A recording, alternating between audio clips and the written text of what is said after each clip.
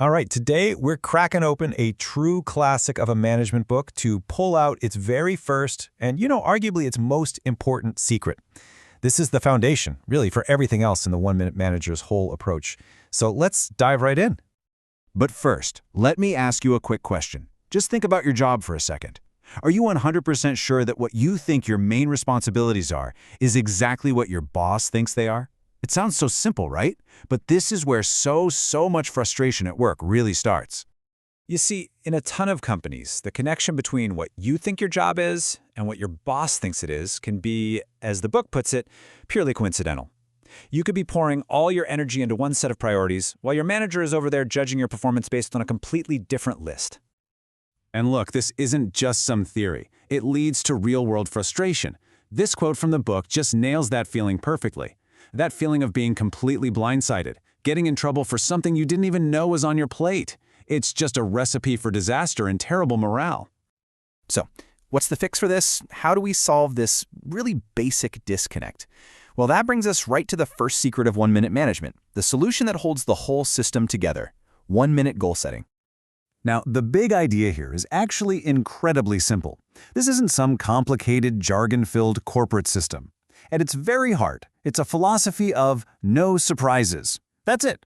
The entire goal is to make sure everyone knows exactly what they're supposed to be doing and what good looks like, right from the get-go. Okay, so how does this actually work day to day? Well, it all boils down to three super simple but really powerful rules for how you define and track every single goal. So here are the rules of the game. First, every single goal gets its own separate page. Second, you have to describe that goal and how you'll measure it in 250 words or less. The idea is you should be able to read it and get it in under a minute. And, maybe the most important part, both you and your manager keep a copy. No more confusion, no more "I thought you said," it's right there in black and white. Now, you're probably thinking, whoa, that sounds like a ton of paperwork for every little thing on my to-do list. But that's not the point at all. This is not about micromanaging every tiny task. It's about focusing only on the stuff that really moves the needle. And the logic here is that classic 80-20 rule. You've heard of this, right? The idea that 80% of your most important results are going to come from just 20% of your goals. The secret is figuring out what that critical 20% is, and then applying one-minute goal setting only to those things. So what does that 20% look like in the real world? Well, in practice, it means you're really only creating these one-minute goals for your most important areas of responsibility. We're talking maybe 3 to 6 goals total. That's it.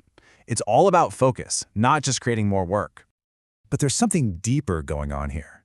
Because one-minute goal setting is about more than just writing down what to do. It's really about defining with total clarity what good performance actually looks like. And here's the crucial shift in mindset. A great manager doesn't just run around putting out fires and giving people solutions. They teach their team how to solve problems on their own. They're creating a way of thinking, not just a checklist of tasks. This quote from the book is just brilliant. Imagine you go to your boss with an issue and this is how they respond. It totally flips the script, doesn't it? It forces you to stop wallowing in what's wrong and start picturing what right looks like.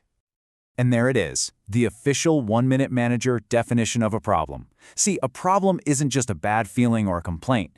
A problem only actually exists when there's a clear gap between what's happening right now and what you want to be happening. If you can't define that desired outcome, you don't really have a problem yet. You're just complaining.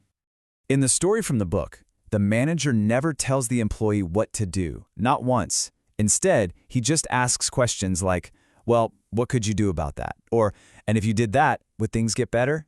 He's guiding the employee to his own solution, which is way more powerful. And here is the fantastic punchline. After the employee figures it all out for himself, the manager sends him away with this line.